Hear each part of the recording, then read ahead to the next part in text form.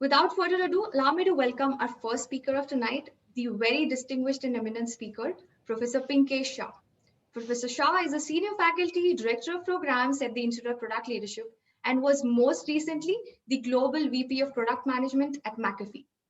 A very warm welcome to you, Professor Shah. We are absolutely delighted to have you here with us tonight. Handing the session over to you now.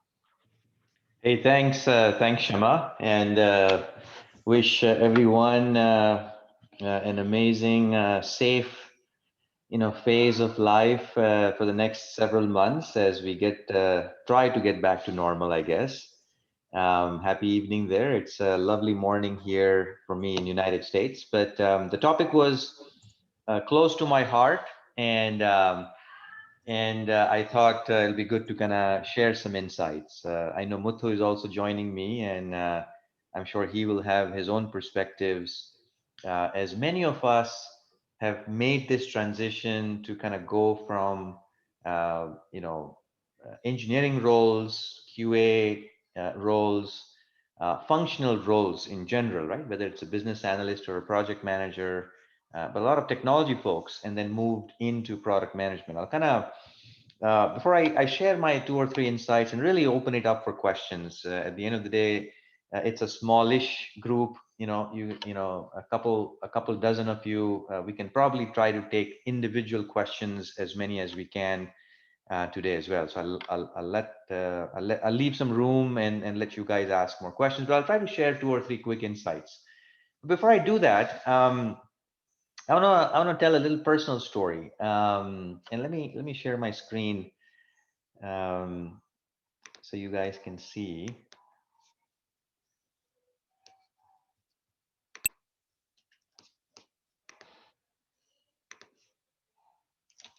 So that's a little bit about me. But I'll tell you a little bit more personal story. I am an accidental product manager. And this happened when I was in engineering. My bachelor's, my master's are all in computer science.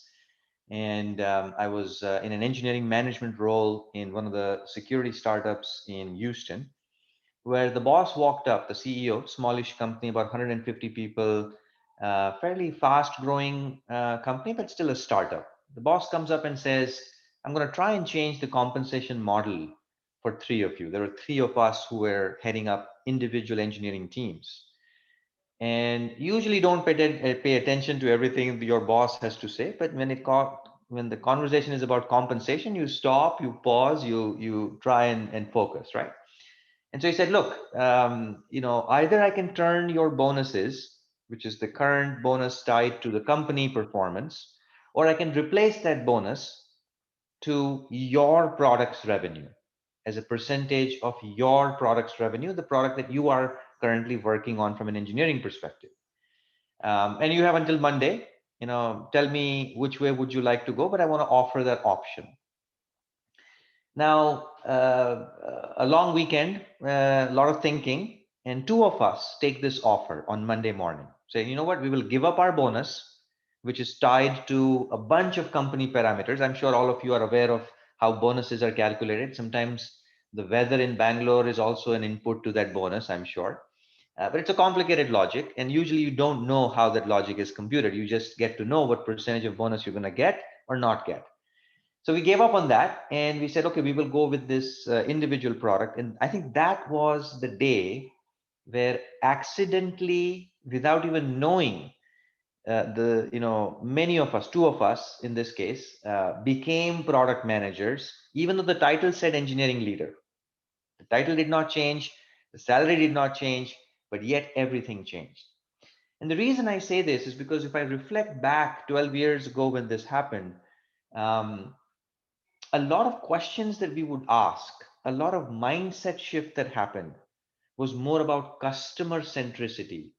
My engineering meetings were all about, hey, can I develop this little better? Can I parse the XML 10 seconds faster? Can I develop a better test coverage for my QA teams? That was discussed in the meeting. Now, starting that day, that trigger point, the conversations were very different. Who's the customer? Why are we building this feature? Are we going to sell more if we do it this way versus that way? Remember, the bonus is now tied to the sale of the product that you're associated with. And so all of a sudden, That was the trigger, and that's kind of my humble beginning. Without even getting into the title, starting to think from a product perspective, life cycle of that product, customer centricity, business context, innovation context. All of a sudden, that became more important. And I think that was the trigger point for me. Turns out that 71% of product managers, by the way, come from technology or technology related field. So if many of you are engineers on this call, not only do I have great news that, of course, you can become a product manager if you wanted to, if you had the passion to, but statistically speaking, in Indian context, especially from what I understand, most of the audience here is from India today. Statistically speaking, most of them come from some kind of a technology background or some kind of an engineering, I shouldn't say technology, engineering background, right? So that's kind of a little bit about me. Shama was very kind enough to say a lot of things. So spend some time and happy to answer some questions, right? But kind of getting back into the core topic for today. I'm gonna first define what is product management, because sometimes that is a confusing word, and different people interpret this term differently in different contexts, and in many cases it depends on the time of the day. The definition changes as well, right? So I just want to kind of first put a structure. Since the topic is about product management, let's kind of define it, right? So there are three things in a practical way to define what is a product management. I'll show you also a lot more detailed version, a slightly complicated version to understand this as well from a completeness perspective. But just from a ease and simple way to understand and get your head around it, first, can we build something that is of value, that is necessary, that is expected, that is delighting the customer, right? Can we build something that is solving real problems that people are willing to pay and have the ability to pay? So that's the first important question that we have to solve. The second important question is, look, the way we're building it, is it going to be exciting? Is that going to be a dying to buy phenomenon? Right? There are two kinds of products in product designs. One that was designed where sales can sell it easily. The second one where people are dying to buy, customers are dying to buy. I think we're more and more shifting, thanks to the internet, thanks to digital products, we're more and more shifting to the right, to the second type, right? Which is, we don't even have sales teams selling the product. The product and the value proposition is so sticky, is so engaging, is so obvious that customers immediately, and the friction is so less in the way the product is designed, that the customer just signs up, the customer just downloads it, the customer just pays for it fairly quickly without sales effort, right? So that's the and you'll see a lot of focus on design thinking, user experience design, growth hacking. These are terms that you would use or that you would hear, essentially solving this. Are people dying to buy the way you've implemented that solution? And really, third is, at the end of the day, is this a sustainable business? Can you make money with it? Now, profitability is also under question because a lot of products don't make money in the classic sense. They're still high value because of the number of users and the engagement of the users. So there are different ways to measure success, but the point is this a sustainable business, right? And so if you now map these three questions into three macro terms, somebody who makes decisions about the feasibility of the product, desirability of the product, and viability of that product is really a product manager. Somebody who has mastered the art and science of decision making across the life cycle of any idea as it goes to through a validation, through a prototype, through a roadmap, through a launch plan, through a marketing plan, all the way till it becomes sustainable revenue. That whole life cycle, essentially, the one who manages is the product manager, right? Now, and so hence these are the three most important tenets of what product management exploration really is all about, right? So hopefully this is all straightforward, but I just wanted to kind of give some context. Now, as you go through this exploration, what are the skill sets hence necessary is is kind of what is listed here. These are the most top desired skill sets, right? Something from the industry's perspective, as we hire These are the key skills that we look for in each bucket. So desirability is all about customer insighting, figuring out validation, lean thinking, prototyping, MVP, right? A lot of that. Second is your feasibility. A bunch of skills there around agile, road mapping, scrum. And as engineers, you probably are very familiar with this because you are given a set of instructions, given a set of directions, given a set of requirements, given a set of user stories to work with. Obviously, now in product management, you have to go on the other side to be able to create them, to set the direction for engineering and construction teams, right? So there's a lot of that. And obviously, how big is the market, the financial aspects of it, the pricing, the modeling, the sales acquisition, the funnel analysis, a lot of that aspects is your viability. So these are the kind of key skill sets that you look for in a product management, right? So if you're wanting to become one, make sure that you are looking at this perspective from a skills perspective as well, right? Not just the role. Here's, by the way, 25 core competencies of how a product manager is expected to perform. And again, this diagram is a little busy diagram. I encourage you either to take a picture of it or download it from the website. Hundreds of companies have standardized their hiring, their growth, their promotions based on this type of skill matrix, right? And so I would strongly encourage that that's also an expanded way of looking at market analysis skills, strategic planning skills, product planning skills, go-to-market skills, and sales enablement skills. 25 competencies total, which makes up a global product manager, right? So this is kind of prescriptive way to understand the same thing. So hopefully now that I've defined what is product management, what do they typically, entail, what skills and competencies you need to acquire, let me kind of give you three quick insights, and then I'll turn it over for Q&A, and perhaps let Muthu also share his insights, right? First, you have to understand that product management is a natural graduation from engineering, but it's not the same. The focus is very, very different. And the first focus is mindset. You have to start thinking less about the code, less about the technology, less about the engineering side and architecture side, and more about the customer. So you kind of go from code facing to customer facing. Who's the customer? Why do they care for such a product?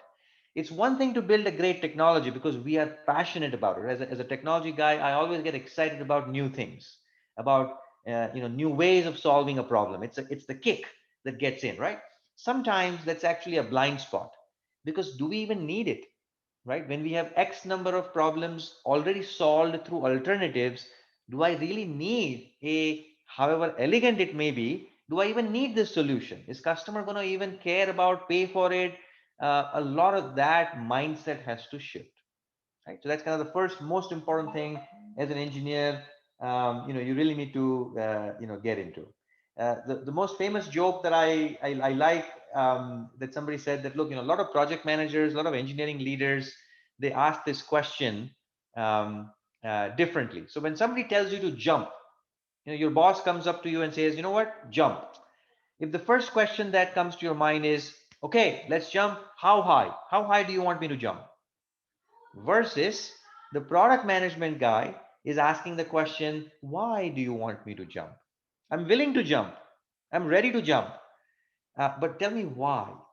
And I think this is the big mindset that has to happen for every engineer, every kind of functional leader to say, okay, don't just get into the mechanics of how can I make it faster, better, cheaper. Get into the mechanics of understanding the customer context, the business context, the innovation context, and then implement what you want to implement, right? So it's a big shift from from how high to why. The second insight that I can share with you is that, how do you kind of systematically move into this? Now, there are four flavors. In fact, there are many flavors of this ice cream, if you will, but there are four flavors of product management. And the two that I think are the most important I want to share with you right now, which is the shades of blue, the same 25 competencies that I showed you. Your first is kind of what we call the product owner. You may have heard of this term. A lot of people call them APM, associate product managers. A A lot of people call them technical product managers. Different titles depends on the company, right? A lot of people call them product owners, junior product managers, right? And many such titles. But that's really focused on the sky blue portion. The product planning portion is where you are really skilled at, and that's what the role encompasses. So that's kind of how many people get started, especially if you're in engineering. This is the natural path for you to become a product owner.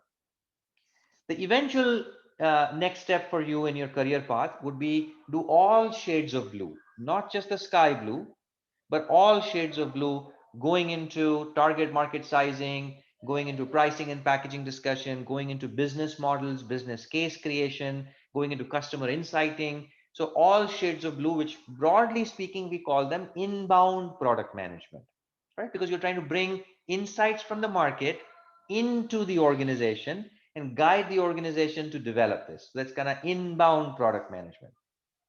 The second one is outbound product management. Let's say the product is built. Now, how do you market it, position it, brand it? How do you acquire customers for it? How do you package this, potentially even price it in certain different models? All of that happens in outbound product management. Also, many people call it product marketing, different from normal marketing. The brand management, brand, marketing, very different type of marketing. Corporate marketing, very different type of marketing. PR, media, different kind of marketing. I'm talking about product marketing, right? And a lot of companies have this role very specifically called out, right? Loosely called outbound product management. And some of you who are fairly senior in your current engineering function or sales function or marketing function, and want to continue to grow down that path. You don't want to shift into the title of product management, but you still want to use product management skills to get into kind of more leadership roles. I would call that phenomenon, that role, as a product leader role, which is different than product manager, because product leaders means you're now moving in a lot more senior role, which requires cross-functional management of people, influencing stakeholders, which are across functions, even though you are the best in class in your own area. So let's say you are an engineer and you want to become a VP of engineering. Funny enough, the skills that you would require to go from an engineer to a VP of engineering is not more technical skills, contrary to what people would think. It's actually more management skills.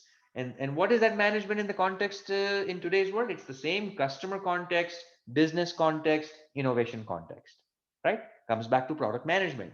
So it's very important to understand that product management word has to be seen as a role, not as a title. It has to be seen as a set of skills, not what gets printed in your business card, right? A lot of people make this mistake that, look, I- I'm too senior. I don't want to become a product manager. That's absolutely okay. You don't have to become a product manager by title. But what's more important is to learn the product management skills to be able to move up to be a product leader, right? So just kind of keep this perspective as you navigate your careers as well, right? And this kind of goes back to my last insight, which is the whole product manager versus product leader. Very, very important. And I'm going to formally define a product leader for you. Now that I've defined product manager, product leader is nothing but anyone who leverages that same customer context, business context, and innovation context that we've talked about in making better functional decisions. So if you're in support, you will make better support decisions. If you're in engineering, you'll make better engineering decisions. If you're in QA, you'll make better quality assurance decisions. If you're in tech support, tech writing, you'll make better user experience and writing decisions using the same skills. If you do that, you are essentially a product leader. You may not become a product manager, but you will still use the same product management skills to move up to become a product leader, right? So I think my last insight is really just what I already iterated. Focus on the role, less on the title, more on the role. And I think that's very important aspects. Most people, it's obviously a lucrative field. People who are in product management on an average make 40% or more. We've seen our alumni do a lot more than 40%, but the industry average is 40%. Then their counterparts. So obviously it's a lucrative area. A lot of people hence want to move in, and it's just not just more money. It's also the ability to make decisions. Being in that decision making seat is a lot more fulfilling work many times. And so obviously that's the context of what a product manager does, right? And at the end of the day, you kind of move away from doing what you do as commodity to kind of position presenting in a lot more value. Like obviously the one on the right is a lot more valuable than what you see on the left, right? So with that, I'm gonna stop. You know, there's a couple things that I can share, but I'm gonna stop right here. Here's a simple final chart in case many of you are wondering. How do you kind of move up the ladder? This is typically how you move in the product management ladder as well. Whether you go into this profession accidentally, like what I had to do, or formally, like many people would have to do. In fact, Muthu would tell his version. Many people formally train themselves to move in as well, right? Either way, once you're in, what's important is not just to get into product management, but also to see the trajectory of how you grow. And usually that growth is much faster on a turbo speed compared to other professions, right? So that's also something to keep in mind. So with that, I'm gonna pause. Hopefully that gives you some perspective on what is product management, what is product leadership, how to make that shift, what are the skills necessary, some insights for what has worked for others. But happy to take some questions, either now or after, Muthu's comments. I'll let you decide, Shama. Thank you, Pinkesh, for that amazing, insightful talk of yours. And yes, we will take the audience Q&A, but after Muthu's talk as well, because we'd love to hear from him and we can carry on with the session. So allow me to introduce Mr. Muthuraj Thangavel. Muthuraj is a product leader who has led conceptualization to launch for new products as well as innovations for mature products in both cloud and on-premise world. He has been practicing and evangelizing design thinking since 9 years, awarded with 2 international fellowships and holds 2 US PTO patents. He is a recognized speaker at prestigious forums including NASCOM, T-Hub, PLF, and IM. Thank you for your time in joining us, Muthu. Please take the session forward. Thank you so much. Good morning, good evening, everyone. Um, Let me share my screen and get started in here. How is it now? Much better. Perfect. Okay. Yeah, so thank you, Sama, for the introduction. Yeah, and I'm currently with Intuit, and I'm leading the customer retention and self-service experience for QuickBooks. Previously I was with SAP in building, launching, and managing enterprise cloud products area. So you can also see the other transition over here itself, that one side of the enterprise world, building products for the enterprise world versus the products which is for the small business, which in many aspects very close to a B2C world. For example, there's a ton of differences between them in terms of the actual product and the delivery, but essentially the skills are the same. We will see some of that as well as we discuss through. Right. And yeah, so um, that's about me. And let's get into some of the product management aspects in the transition. Just a little bit about building upon what Pinkesh was saying as well. Right. So he was talking about the desirability, feasibility, and the viability. The three most important drinks, as we say, for any product building. Right. So are what we otherwise call as the design skills, the desirability and the design skills. How well can you understand your customers and sort out the experience, the emotions, etc. The technology, how whether you can actually solve it, and the business related to it, right? So there are different orders how this ring travers actually. What happens when you start to actually build a product also. for that matter. You as a product manager also needs to hold these skills together, but at the same time also when every product also goes through similar cycle, right? Essentially what happens is many of the companies, you may notice that many a times, unfortunately, a lot of these discussions start in a feasibility discussion, right? What we call as a POC, a proof of concept, right? You have a problem and you have already decided that's the problem, and then you start with the proof of concept. And the proof of concept works, you are the developers, are the best developers that we have. We make it work, right? And then what happens is, then now that your code behind the scenes is working, you put some jazzy screen in front of it. Now that you have built the working piece of code and there is a screen to it and it has become an application, you go and push it in the market, right? You go and start to say, hey, we have a great product, do you want to buy, right? So that is basically what a lot of product companies try to do, at least in the earlier days. Now there is a lot of awareness, the things are transitioning, but still, specifically individuals who are starting up, many of them fall in this trap. It is also probably because, if you look at, for example, any of the technology that is available, most of them is open source. It's available for you. Like, you have an Android library to start with a mobile application. You have the Java license available for you to start coding. So what happens is, when you see a trend, when you see an idea, you don't really think much about it. You think, hey, if there was a mobile application for that, maybe it will do better, right? So you do it as a POC, you build an application or an experience or a UI for it, and then you go and try to sell in the market. And unfortunately, as you can also see from the mobile app stores, for example, majority of the apps fail. Like 90 percentage of the apps are failing. Actually, they don't do any business.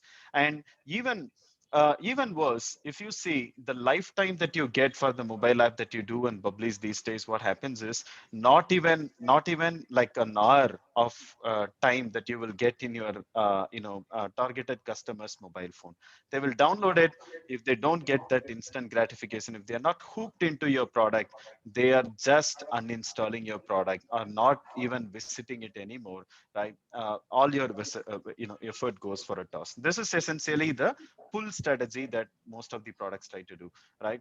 But the reverse of it, if you look at it in the other way, like when you actually start from the desirability, and find a problem that is worth the solving, and then see if there is a business sense in solving the problem. For example, a problem that makes sense for solving for an individual will differ from a startup, which is of a group of individual, will differ from a company which is established in a specific area, has a specific set of partners, has a specific set of skills, right? So it differs for each of them. So you're taking a problem, you're making sure it's the right problem, and then you have to see whether you as an individual or as a startup or as a company, does it make sense for you to solve, and then bring in the technology flavor to it, the feasibility, bring in the team to get it solved, right? So that's how the three rings work together, and that understanding really gets the product management, because you as a product manager, you'll be working close with all of these stakeholders who are in these different areas, going individually deep in their different areas. You'll be bringing them together to build that amazing product and experience for the customer that gives an amazing business for your company in return, right? So that's essentially the product management. So when you look at this product manager who is trying to do these tasks in these different areas, how is the typical product manager's time is split between? If you see, a majority of the time, ideally is supposed to be on the customer interviews. If you are in a good organization doing a product management role, a lot of your time will actually be spent in the customer interactions research, which will include the primary research and the secondary research as well, that you are also reading about the trends, understand the market dynamics, and at the same time you are able to empathize with your customers. And now that everything is virtual empathy, that's another skill to build, by the the way? How can you still go speak to customers and build that empathy, even if you are completely operating in a virtual mode, for example, right? Um, so you know. So that's your one of the major area that you'll be doing. And on the other hand side, the meetings as a product manager, when you go in, all of you, I'm sure all of you will be going into this role, even if not today, in the near future. You will see the amount of meetings that you have to go through. It's like endless, right? And specifically even after the pandemic, every discussion that you need to have with any stakeholder is a different meeting, and that means you have endless meetings on the calendar and endless working days, right? So how you can prioritize between these different things that you are handling, and the different meetings that you have to accept, and the different things that you have to deliver, is really going to define your success for the next level. That's very, very important, essential skill as you go through. Essentially, you also have to do presentations and showcase it to the higher management, and also for your team. Your team has to believe and respect you as a product manager. They have to get the trust with you, that when you as a product manager tell something, that this is what the customer is meaning, and this is what they want, right? That should actually, when you are actually able to deliver it, and you are able to show that experiments, when most of them are trying to go in the right direction, and over a period of time, what happens is the team gets that trust on you and the respect on you, that you are able to represent the customer well enough, that you are an advocate for the customers, right? And that is very, very important, because you don't have authority over any of these, most of these stakeholders. You don't have authority. You are not their manager. You cannot ask them, hey, do this. But rather, they have to believe in what you are communicating, and they have to travel together with you, right? And then the project management aspect, because a lot of times, you have to make sure that all of these people are coming together, and they are essentially delivering the right experience.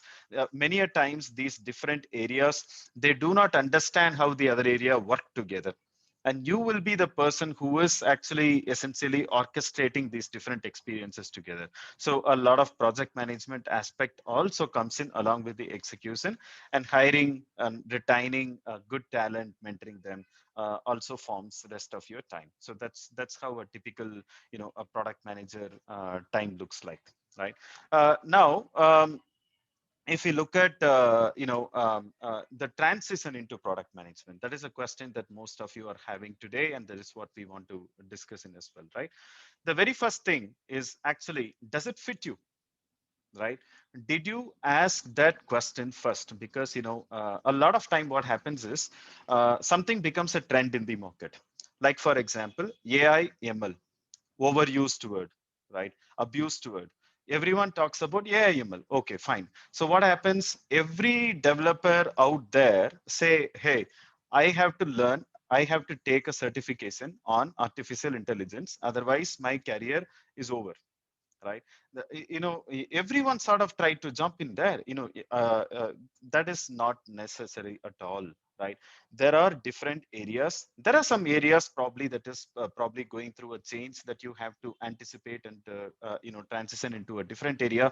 Like, for example, if you are in quality roles, right? A lot of companies are rethinking about quality roles, right? So for you, then it makes sense that should you be continuing in a quality career, and do you want to change into a different career? Specifically in the technology area, I'm saying the quality is becoming part of the product building process, as we do DevOps, and not quality as a separate role. Similarly, if you are in project management, and specifically again technology companies, a lot of companies are rethinking, should we really have a project management role? So then for you, it makes sense to think about what next, for example. But there are a lot of other roles which are still good, and you can actually um, learn some of the advanced aspects in that area itself, and you can still grow, right? When there are some buzzwords happening in the market, if you just get attracted into a buzzword, and because that is a buzzword, you are trying to make the transition, then you're not going to succeed in it, right? So you have to make sure, even if your curiosity is, induced by that buzzword, which is perfectly fine, you have to do your proper evaluation to see if that is really the aspect that you want to, or the area that you want to get into, right? So you have to first start with, is this something for me? Right, that's the first question that should come to you. Understand, the day in life, understand the kind of work that they are doing, right? Understand if this is the area that you want to excel, right? And many a times also what happens is, you may have to, for example, I meet several, engineering leaders, for example, they transition at, like, 18 years of experience, 20 years of experience into product management, right? And then what happens is, a lot of times, they may have to start a little bit from the, the first step, or relatively the basic area of the product management, because for that area they are relatively newer. In my own career also, it did happen that, while I was growing very fast in the technical career ladder, when I have to transition into product management, you will have to start a little bit of, you will have to re-establish yourself. You will be starting in relatively new, and you have to again start to grow in the PM career, right?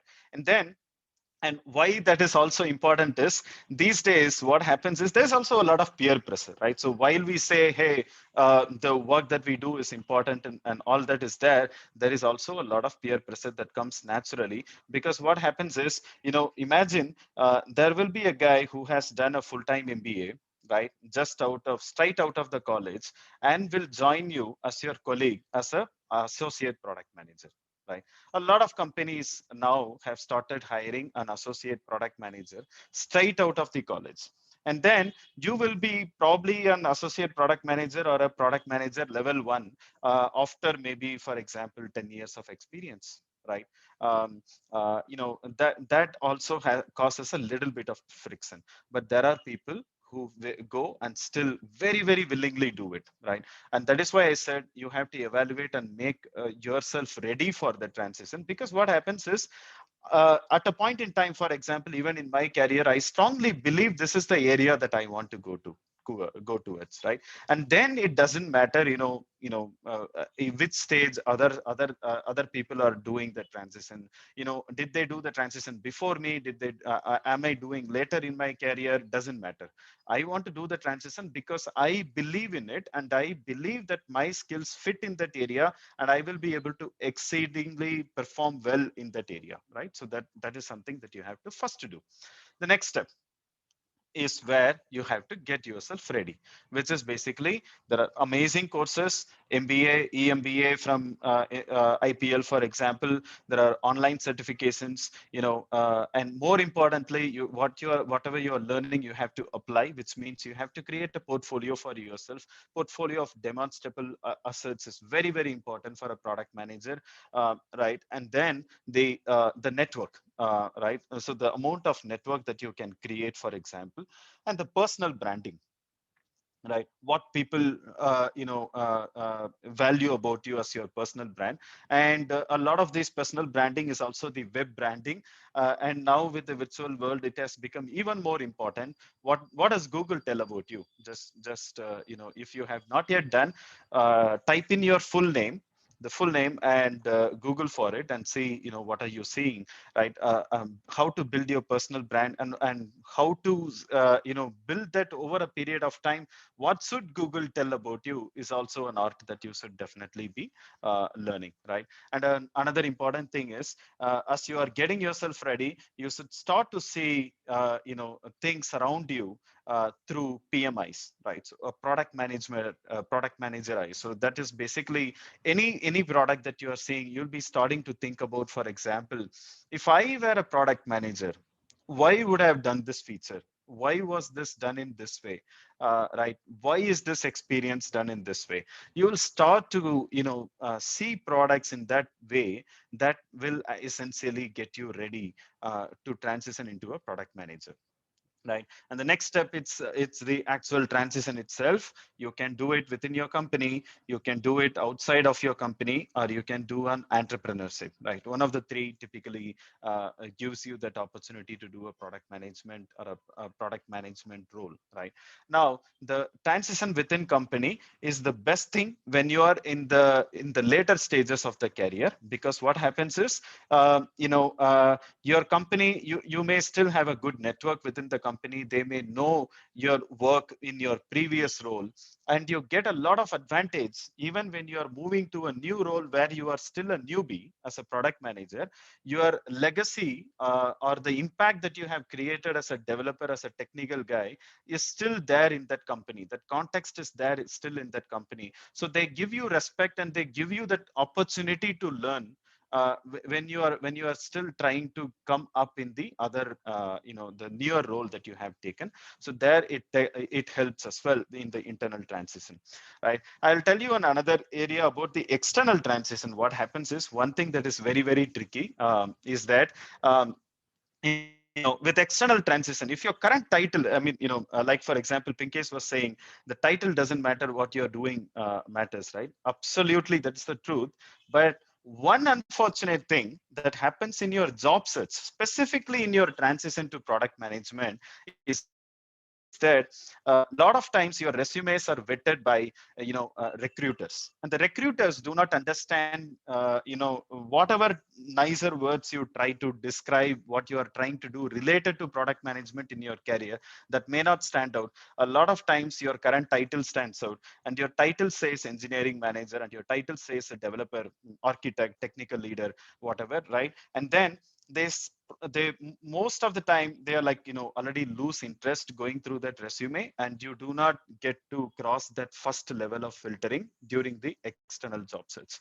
That is also the reason why, for a lot of for anyone who generally reaches out to transition queries to me, I generally recommend them to try the internal opportunities as a first step. While external opportunities are also absolutely open, there are ways how you can, get past this title challenges and make this still happen. But internal transition is the first thing that you should start with, and then external transition, and then entrepreneurship is always there. If you have made your mind, and if you really want to build that great product that you have been always dreaming about, that's the best area to get started there, right?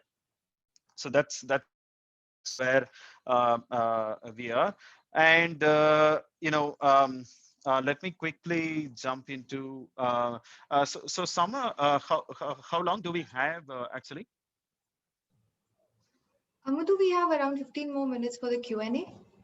15 more minutes. Yes. Okay. So let me take like 2-3 minutes and quickly Sure, wind this please. off, and we can, open it out to questions. So this is my transition as a product leader. A lot of this we did already covered as well, right? So let me quickly say the full background and what happened, right? So basically, what happened is, I'm a technology guy to start with, right from my school days. Computer science was my passion, and then I got into engineering. There as well, computer science was my passion. Everyone who says, they want something, they need something, I always think, coding can solve everything. Coding can solve the problems of the world, and do build software, do code to solve the problems is where I started from, right? A lot of different product development roles that I had within SAP, for example, all of them focusing around the feasibility aspects purely, right? And from there, I went on to one of the biggest transition point that happened, like, the Pinkesh accident that he was describing. The accident in my case that happened was that the company started believing in design thinking, and in 2011, in SAP, they said, we should train a lot of people in design thinking, and we should actually get everyone, start working in the design thinking methodology, irrespective of the roles they are into. So I went through the regular training. I got very, very interested and passionate about the topic. And then I went on to take the train the trainer program and the advanced certifications. And then I started teaching design thinking myself while I'm continuing my technology role. I started doing the design thinking coaching for within company, and the company also wanted to scale design thinking to all the teams, to all the different product teams that we had. How can we scale design thinking into it? So that gave me a lot of opportunity to do design thinking coaching. And basically at that point in time, I started to address a lot of desirability. I was like, we were just solving the problem, but but most of the time that problem itself was not there. You were solving essentially a non-existing problem. A lot of times when you go into the details of it, why was your product not succeeding? Because you solved a problem which is not even existing, right? So, focusing on customers and that desirability aspect came into my, portfolio when I was doing design thinking coaching. And that primarily changed my thinking. And I was like, I need a role which gives me to think business, to think customers, right? And then also use my technology as only as an override to it, to amplify what I'm able to deliver, right? So basically, that is when I got into the product roles. I actually explored. I had to figure out what is that role that give me that kind of an opportunity. I had to seek mentorship. I had to look out for courses, right? I took up an EMBA. I spoke to a lot of industry experts. I had to unlearn a lot of things, relearn a lot of things, create a portfolio, create a personal brand. At the same time, within the company, go through some different types of product roles, starting from a service owner to product owner to lead product owners, those kind of roles to build the foundation as a product owner, right? And then I went on to the product management and the current role that I am holding, which is the senior product manager at Intuit, and leading a broader area across a larger product, and 4 million plus users, and completely leading the end-to-end retention of how things can go through, for example, right? Also mentoring product management, mentor for product management, and strengthening the brand as well. And as my aspiration, next in line, what I want to go there is basically to head a product, the chief product officer kind of role is what I'm looking at. That could be also my own startup, or in a company, essentially to build more impactful products for the world and build the Indian community, which is already flourishing a lot. I want to be a good part of the same, right? So that's about it. Yeah, so that's about it, and let's discuss.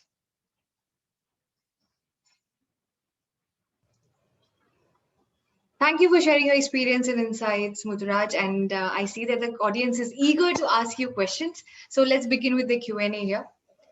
Let's take this first question. Although it's an anonymous attendee, would love to address this. It's been a week that I have successfully transitioned from business system analyst to tech product owner, from BFSI to retail domain.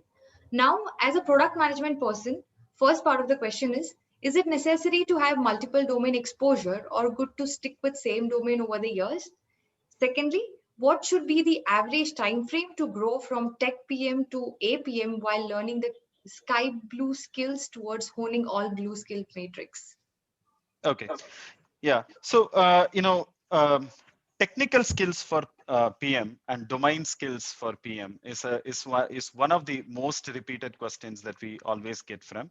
I have also written about it. You can if you're googling about me, you can also see that.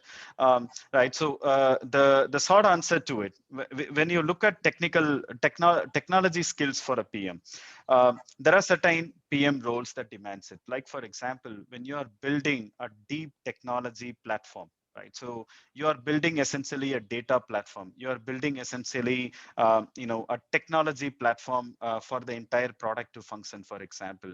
So there are the role itself is a technology PM who sort of, get that internal view from the stakeholders. Primarily, these technical PMs will be having internal stakeholders and then translating that into the product requirements, and work very, very closely with with the development team, for example. So there is this technical product manager where your level of technology understanding that is required is slightly higher. right? Versus if you look at, for example, a regular, or most other companies, even if you are doing a technology product, if you are owning a module, which essentially you own within that product, you need not be that person who understands who need to have a great technology understanding. You need to have the basic level of technology understanding, because you will still have to be able to explain the systems, the system level, and the and the requirement. When you are trying to explain to your technology folks, you may have to get into a little bit of technical discussion, and when they are talking back to you also, you may have to get that empathy with them, that you should be able to understand when they say, hey, why this takes 4 months versus the other approach takes 2 weeks, for example, right? So there's a little bit of technology understanding typically required. So the level of technology understanding, if you say in a scale of 1 to 10, this depends, this varies based on the company that you are in, based on the role, the type of product that you have taken. In general, probably you may need about like 4, in a scale of 10, as long as you have like 4 or 5 out of 10, you are still good enough to handle to handle a technology product. In terms of domain, again, so there are companies which looks for domain expert to become a product manager, right? So they directly look at I want someone who is well versed in the market, in the manufacturing area, to lead this digital marketing product, right? I want someone to who is well versed in the upstream business, downstream business. There are different. If you specifically look at this B2B area, a lot of different domains comes into picture, and then the domain expertise is required by certain companies that are hiring in that role. But if you ask my personal opinion, domain is not a stopper for a product manager. Like how technology, even though you are handling a technology product, I was still recommending just 4 level of understanding is good enough for you. Even the domain understanding is something that you can get in and pick up, right? Like for example, in my previous days with SAP, I was in a completely different domain. Even there, I changed domain multiple times. I was in CRM to e-commerce to manufacturing, and then now I'm with the core finance accounting product, right? All that it requires is spending the time to understand how the system works, and how the domain and how that industry is, and the customers are, when you are transitioning newer into that role.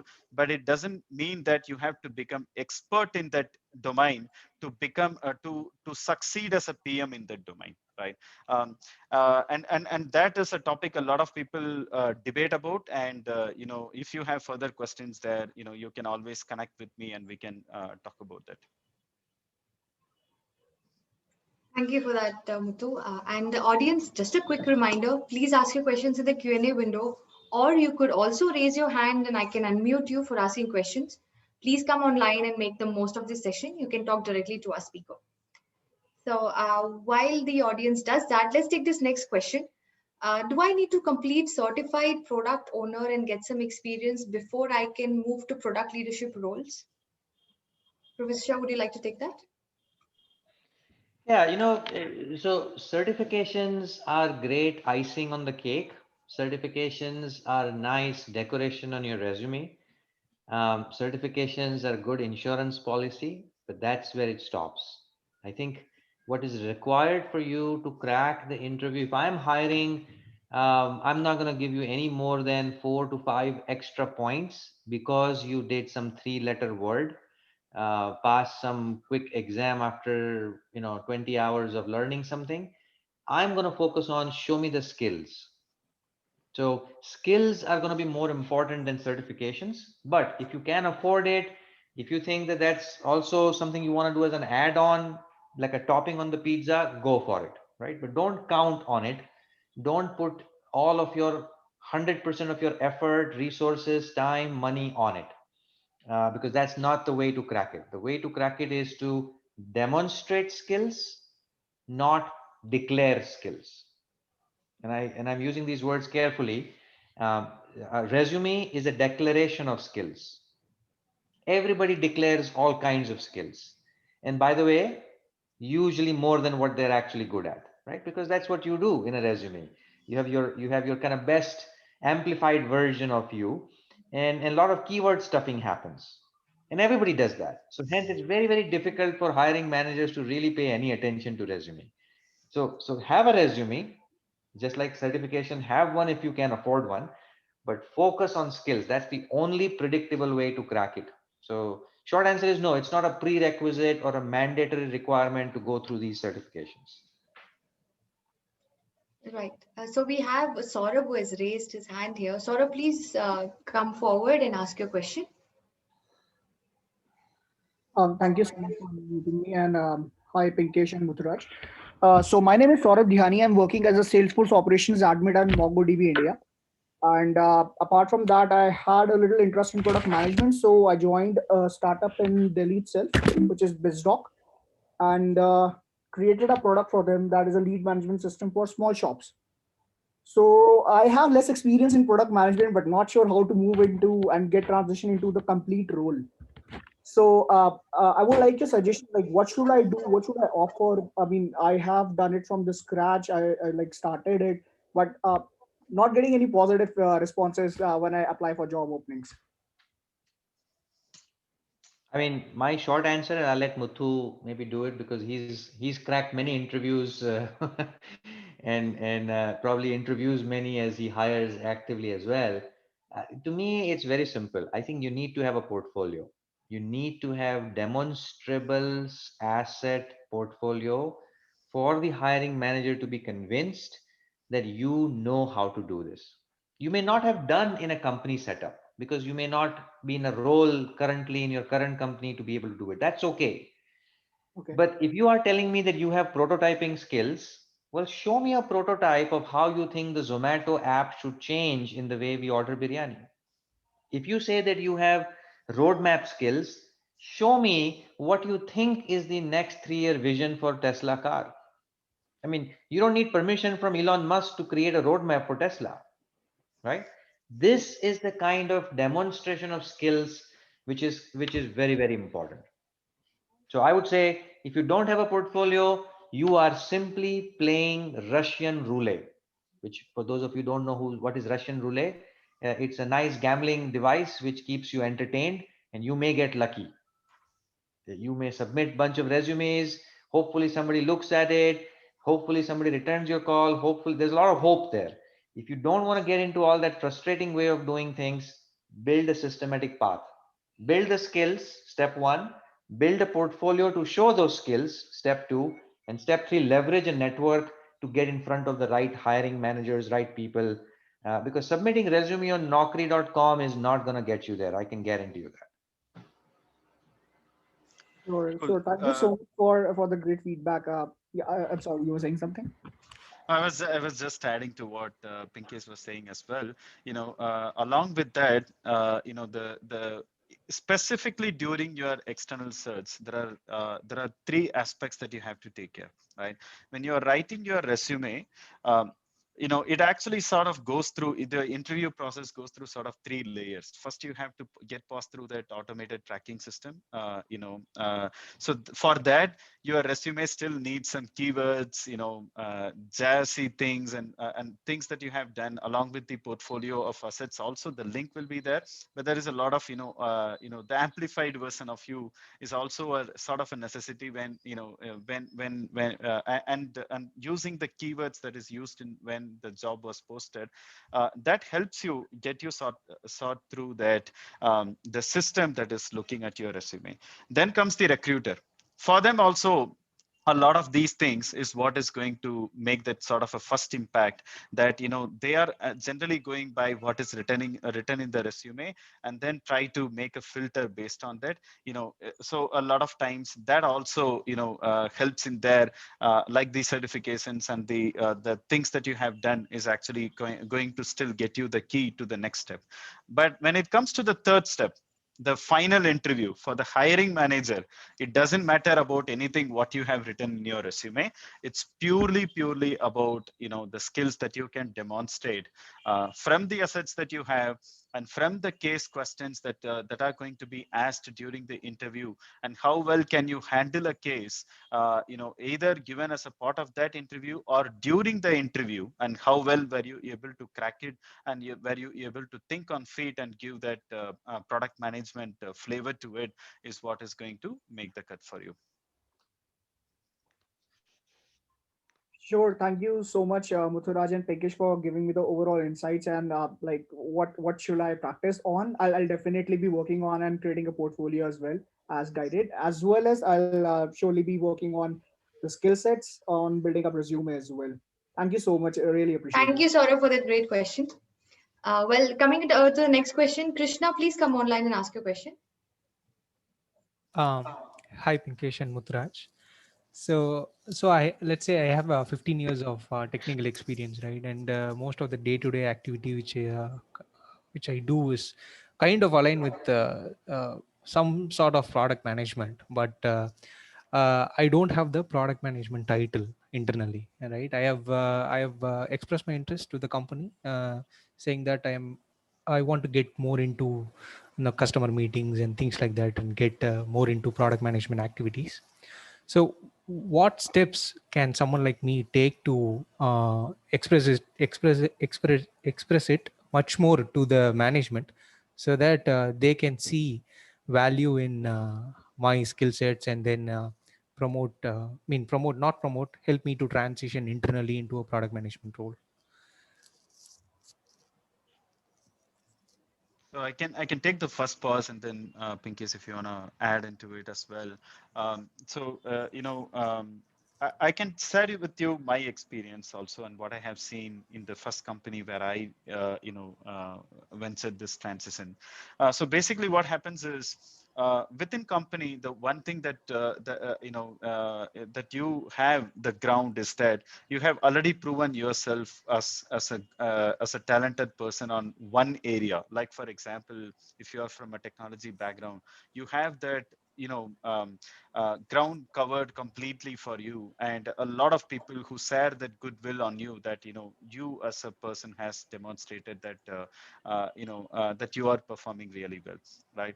And then using that, you will already have some network. On top of that, you will already also start to build some new networks, specifically with people who are into also the product roles, like where is the product management department, who are the people who are trying to do the product related roles, where are they seated, what are the type of things that they are doing, and then trying to strike that conversation with one of those the product managers, the product owners, and not only, like for example, generally it's not an easy transition. You are in the development area, go directly and ask to the product team, hey, I want to become a product manager, give me a role, right?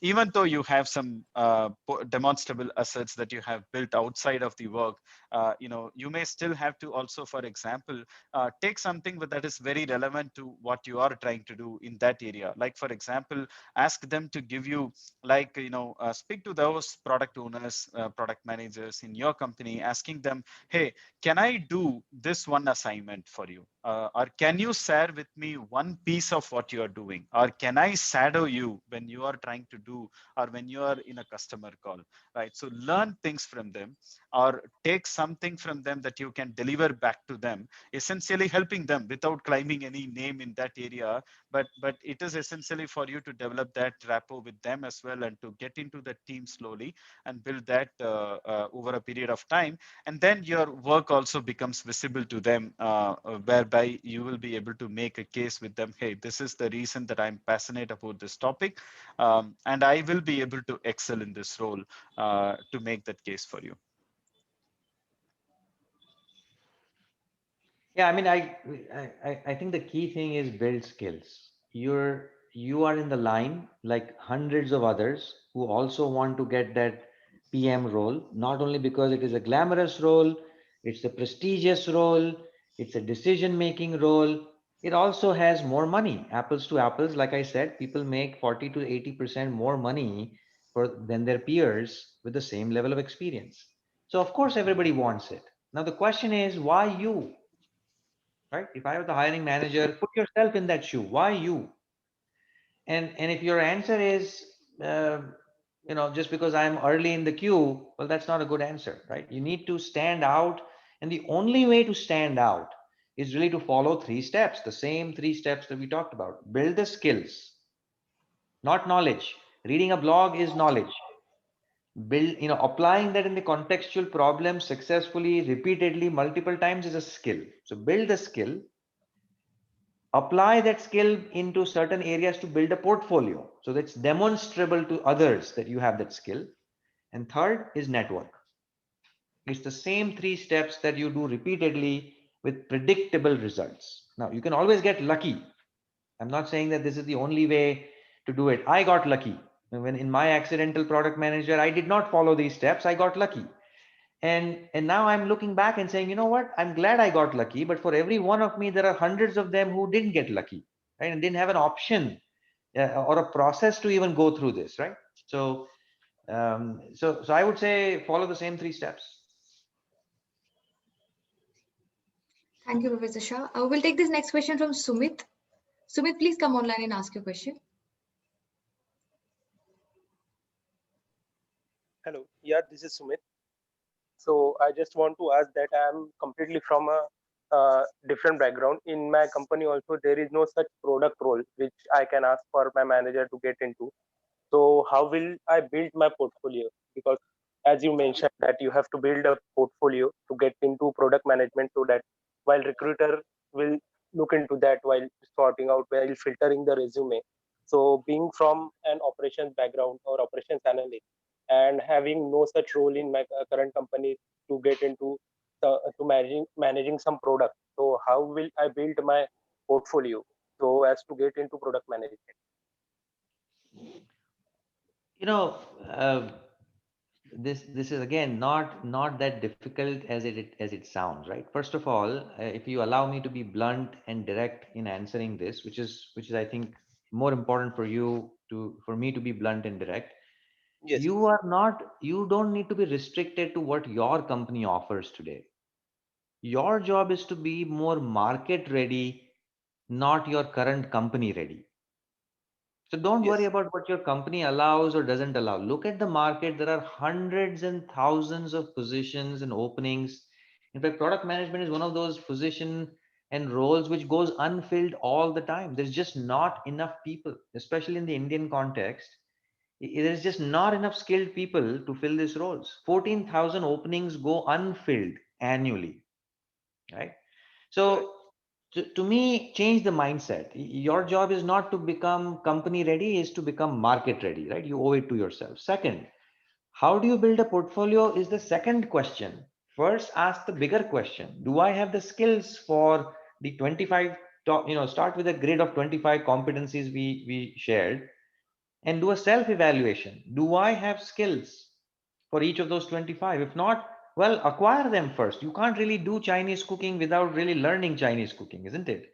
So don't Yeah. go to the kitchen and start mixing spices thinking you're going to come up with just because you want to build a portfolio. It's not going to happen that way.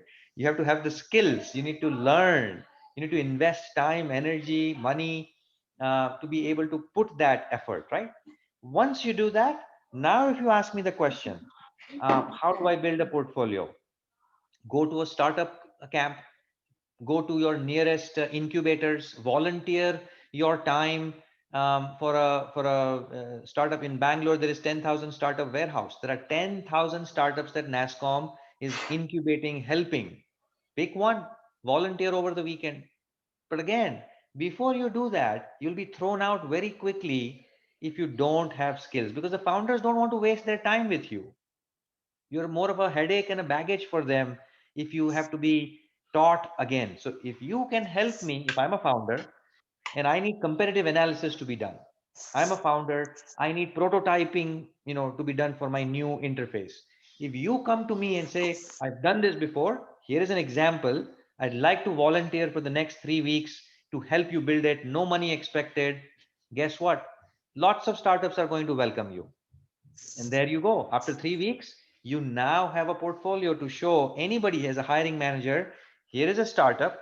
Here is a company. Here is the co-founder's testimonial, and here is the work I have done to not declare, to demonstrate that I have skills. So ask the first question first. Do I have the skills for each of these areas that is expected? Then ask the second question, where do I find opportunities to build a portfolio? Does that make sense? Yes, thanks. I also, since the questions, a lot of questions are coming on this area of skill. I want to define this word skill a little bit. Shama, if it's okay, I want to show one quick slide. Sure, please. I'll stop Um, my share screen. Yeah. Go ahead, Professor. and yeah, and hopefully that will clarify my stand on this word skill.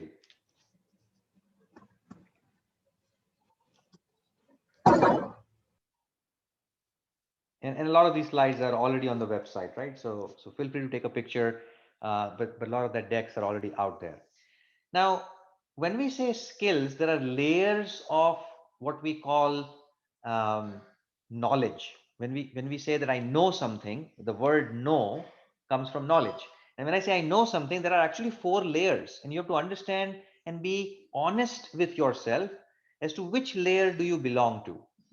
So first, outermost layer is awareness. I'm aware about the topic, right?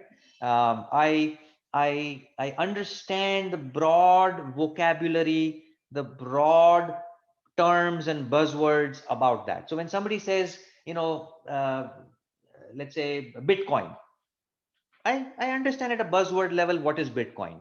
That doesn't mean I have the skills to understand Bitcoin, right? Just as an example. So that's your awareness, the outermost layer. The second layer, as you go deeper, is literacy. Not only do I know in this example of Bitcoin, I can frame sentences around cryptocurrencies and different types of cryptocurrencies. What is the latest trend on why Tesla is now accepting Bitcoins as of 2 days ago, and the Bitcoin price went up, because they invested 1.5 billion. I'm aware of the trends which are happening. I am plugged into the, kind of water cooler talk. I have buzzwords, conversations. I may have even done a course on Coursera and got a certification in a 2-day workshop somewhere. Literacy, still not skill. That's literacy. The third layer, which is what I am referring to as skill, you have now taken the knowledge, you've taken the awareness, the literacy level, and applied that in a real problem context. You've done this repeatedly and perhaps successfully many times. Now you can claim that I have the skills for it, right? So skills is not just going through, this goes back to that question, can I do this 3-day workshop? Can I do CSPO? Can I do CPO? Can I do PMP? All these nice 3-letter words. Again, I'm not against those words. Do it if you can. If you can afford it, if you have the time, energy, do it. That does not mean you have the skills for it. I just want you to be intellectually honest with yourself, right? Because this is the number one problem that I see, especially with people in India, professionals in India. They are wired somehow. If I do this, I automatically get that. And unfortunately, it is in engineering that works. The if then else statement works in C or Java. It doesn't unfortunately translate in product management or any business role. So the next level is an expert, right? Muthu now is not just skilled at it. He's an expert at it because he's sharing how to do this for others. If you saw his introduction on design thinking and kind of why he's even here, he's now helping others become better at that area, right? So now you are an expert at it. You set the standards in your company. You set the processes of how to hire for other such people in that profession. So this is true for everything, not just product management, right? If you're a business analyst, you'll have the same 4 layers. If you're a cook, this is the same 4 layers. If you're an artist, same 4 layers, right? I'm a bathroom singer, which means I may not have the skills for singing, but I have enough literacy on figuring out which song is better, right? I have an opinion on why Lata Mangeshkar sings better than somebody else, right? So there's a difference in awareness, literacy, skill, and expertise. So I just wanted to kind of share that for the audience here. And there are different tools, by the way, which are listed here, right? Awareness can be built through e-learning, Coursera, Udemy, Upgrad. There are many, many options to do video-based learning, and those are good options, by the way, right? Time sensitive, less costly, less expensive. Usually, they don't build anything beyond awareness, but it's a good start. Then you do these workshops, certifications, better than awareness, because you're in a class with some potentially a mentor doing some things. You're still building literacy. Unless you practice that in an assignment, in an assessment with a coach continuously, and continuously improvise that work, you're not building skill, right? So, little long answer to your short question, but hopefully that helps. We'll take this next question from Arvind Bhaskar.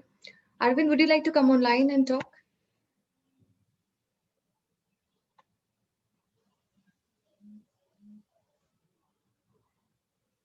Okay, his question is, I'm currently working in a service-based company in IT support and some development within 4 years. But aside from normal work, I've taken additional responsibility in launch some new product process from start to end internally in both my current and previous company. I also had a college startup wherein I came up with an idea and validations, made product mockups and features, also made investment pitches. Is it okay to take a break and switch? Short answer is yes. Right. I think the fact that you've done so many other attempts, you are probably even better than others, right? Because again, this goes back to you've applied it. Even though you failed, you've applied it. And in that experimentation process, I'm sure you've learned better than others. So, absolutely doable. Great. So the next question, I would like Saminathan Krishnamurthy to come online and ask the question. Hi, hope you can hear me. Thanks, Muthu Pinkesh. That was a wonderful session and a lot of insights.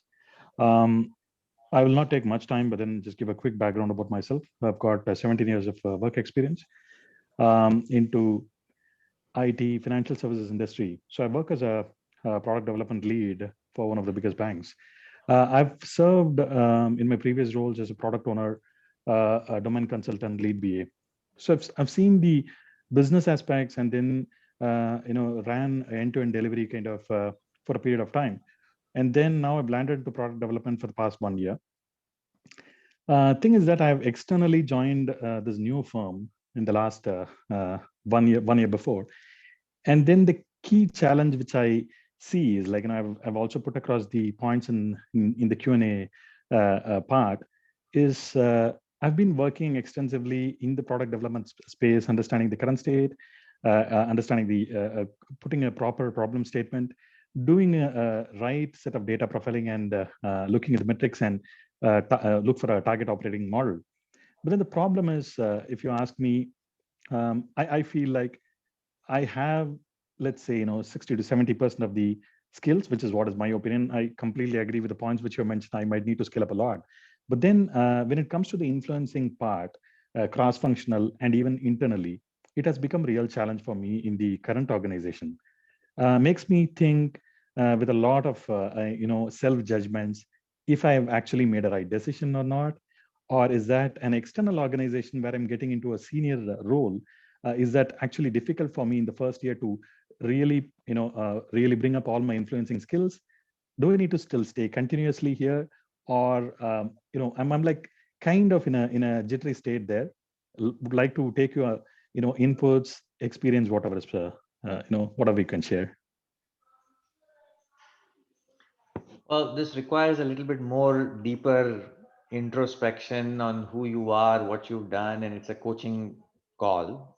I don't know if it's an easy yes or no right now. I'd say set up a time offline and maybe share your CV, your LinkedIn profile with the counselor, so that they can also give you more contextual advice. Sure. I'm happy to do that as well.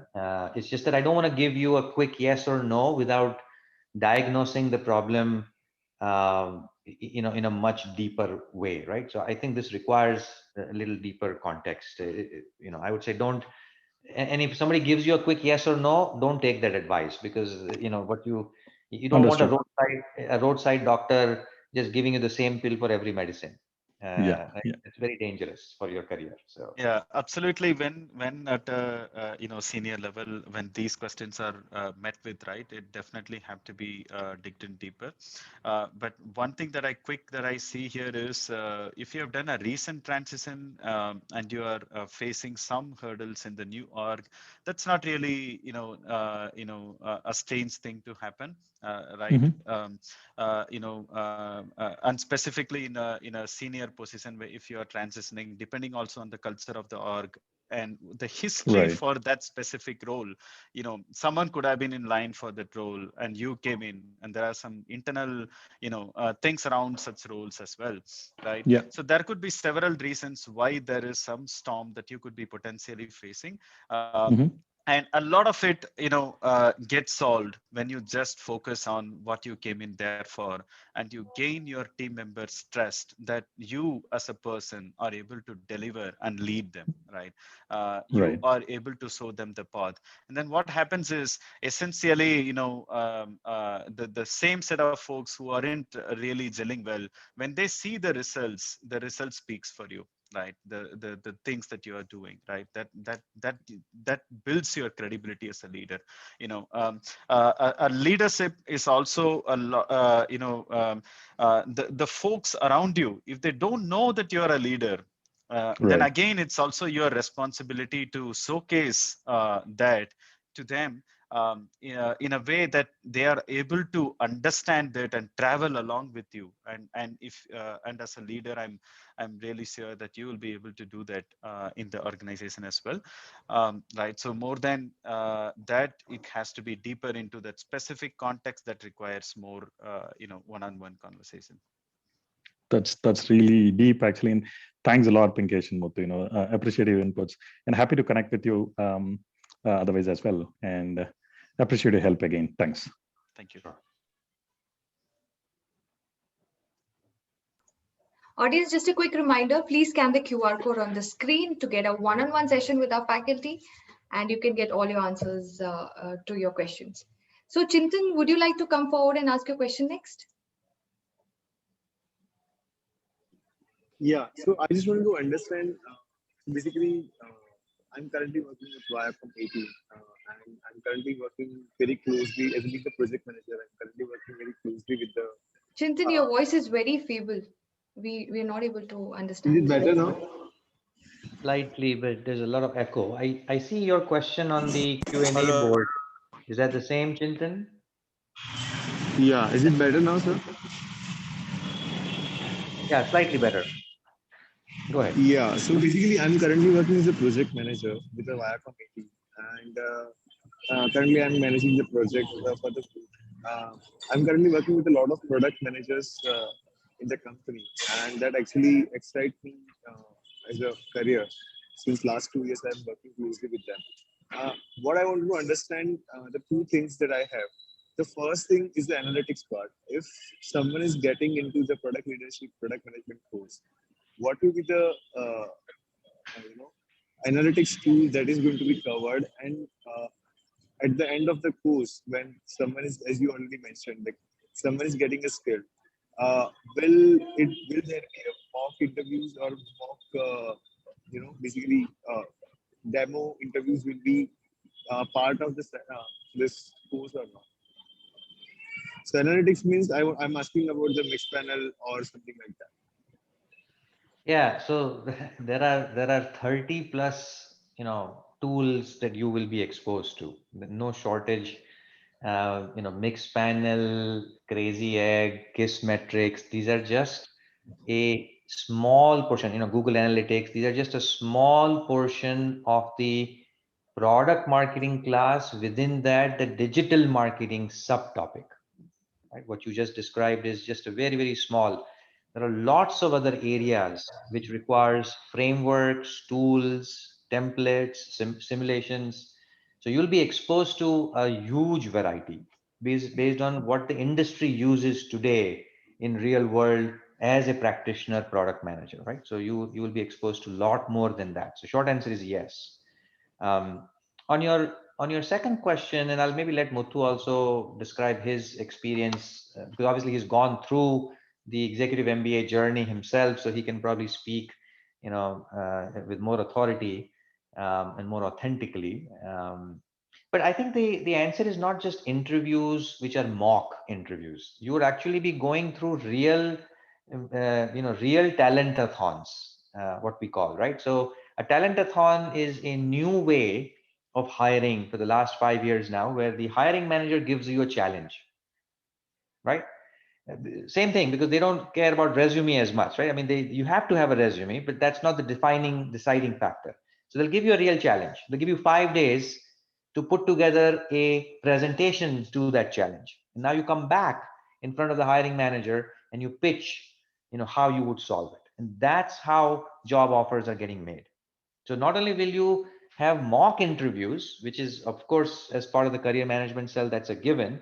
Not only will you get help in building your portfolio, polishing your portfolio, how do you answer interview questions, how do you crack, how do you network? That's also not a common sense skills. A lot of people don't know how to network, both digitally and physically. So all that is part of the system. But what is more important and exciting is that you'll actually be going through real opportunities at the campus as well. So short answer is yes to both. But Muthu, Thank you you. participated in many of these talentathons as a student. What is your perspective? Oh, absolutely. I mean, the as of today for hiring for product managers, there is no better way than the. I mean, if you take any big names in the industry and how they are hiring for a product manager role, it is actually by giving a problem statement to those interview candidates. Like if when you apply and you will for yourself, you will see that you will be receiving a case and that you will have to solve probably 3 days 5 days, and then you get a interview call where you have to demonstrate it, because the hiring manager most importantly look for your skill, and there is no better way to look at your skill than actually for them to see how well you're able to go through a case, for example. And that's what that I have seen even more currently. There's a lot more talentathons happening currently, and that a lot of students actually come back asking questions as well. Recently also, yesterday, a couple of days back, one of the student was asking for a specific question, on how to handle the talentathons, right? So, what that is the best way for you to actually. It's not really even an interview conversation that you are doing, but it is really that you have a problem. You are able to see that problem through a PM size. You are able to, make the case solved using your PM skills that you have built, and you are able to send the deck, right? And typically, how this happens is. As the initial volume of things is very high, generally you get to send your presentation to the hiring manager, to the evaluator, who goes through the set of presentations that is received for the talentathon, and then they shortlist a few. Who gets to the real round where they can actually pitch in for their presentation. And also what happens is, as an advanced round, most of the time there is also a live case that is given, which is also a case with even when you're going through the interview process outside in other organizations. It's like you are getting a case, and also you will get a live case during the interview, which you will have to showcase your skill, and that's how you will be able to crack it.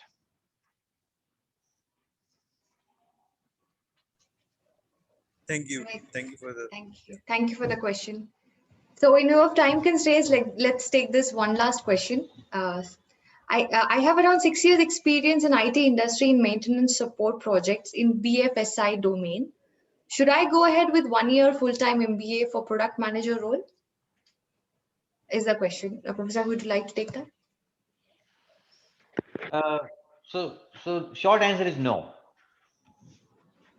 Now the long answer is full-time MBAs, especially for those who have more than 3-4 years of experience, I think is not enough ROI not enough return for the time, energy, and money you invest, because you're 1 year away from the industry now. You're 1 year away from the growth that you could have had. You're 1 year away from the exposure and application oriented learning, right?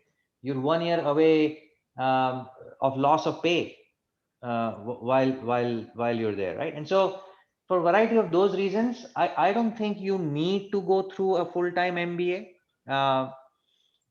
One more reason why you should not do a full-time MBA in your particular situation, again, knowing what I know and knowing what was described, is you will learn a lot of things, most of which in a general management MBA that you will go through, you will never use it again, right? I mean, ask people who've done their MBAs and they'll tell you, 5-10 years later, if you ask them, hey, how much of that do you use? And the answer is 10%, 15% if you're lucky. So why go through learn a bunch of things when you already know in your mind that you want to get into product management, right? Now, I'm not saying 1 year MBA is a bad thing. It's a great option for a lot of people who want to explore everything because they don't know what they really want, right? And so it's a good situation for them, you know. Uh, but if you already know that you need to go to Delhi for your vacation, then there is no need to go through Chennai and do one more stop here and there, and waste time, waste energy, go through a bunch of things which is irrelevant. So hence the short answer is no. I think invest your time instead, energy, money instead, in a weekend program, part-time program, um, so that you don't stop your growth, you don't stop that loss of pay. Would be my recommendation. Would you like to add something to that, Muthuraj? Sure. So, my take on the full-time versus the executive, because that's exactly the same thing I was evaluating like a few years back when I was going through it, right? So the executive MBA decision is something that I think has helped a lot for me, because what happens is you're still able to, if you recall the slide with the awareness, literacy, and skill, you will gain a lot of awareness and literacy, but then how are you going to actually gain that skill, right? And the current organization, in my case, for example, I was able to take back a lot of those skills and apply it immediately and see the results, right? So that was yet another reason. If you are able to, I mean, again, you will have to make such situations within your org. It may not happen for everyone. You will have to find opportunities, but if you are able to find opportunities, then that is the best situation to be in, because you are learning something and applying it in the next day, because you are actually going through the entire, without, like, Saturday, Sunday you are going in the course, the next day you are going into office, and then you are able to, it's fresh in your memory, and you are able to see for yourself how it works or doesn't work. So that's the best part about executive MBAs. Thank you for that, Muthuraj and Professor Pinkesh Shah. And in view of the time constraints, we will have to end the Q&A session here. Thank you so much, audience, for the enthusiastic participation from your end. This session was a success. And product management is not a subject that you can get answers to within an hour. And hence, we have made various platforms available to address your queries, starting with the QR code on your screen. Please scan the QR code for a 30-minute coaching session with our faculty. And you can also reach out to us on our website and your email ID at engage.ipl.edu. And thank you once again for joining us. And Professor Shah and Muthuraj, thank you for taking time off of your busy schedule to share your valuable insights on this topic. I'm sure it helped the audience a great deal. And it was a pleasure having you here. Thank you. Bye. Thank you, everyone. Thank you for joining in, audience. It was great interacting with you all. Do not forget to register for our upcoming Insights 21 webinar sessions. And with that note, I end tonight's session. Happy learning and stay skilled. Have a great night. Thank you.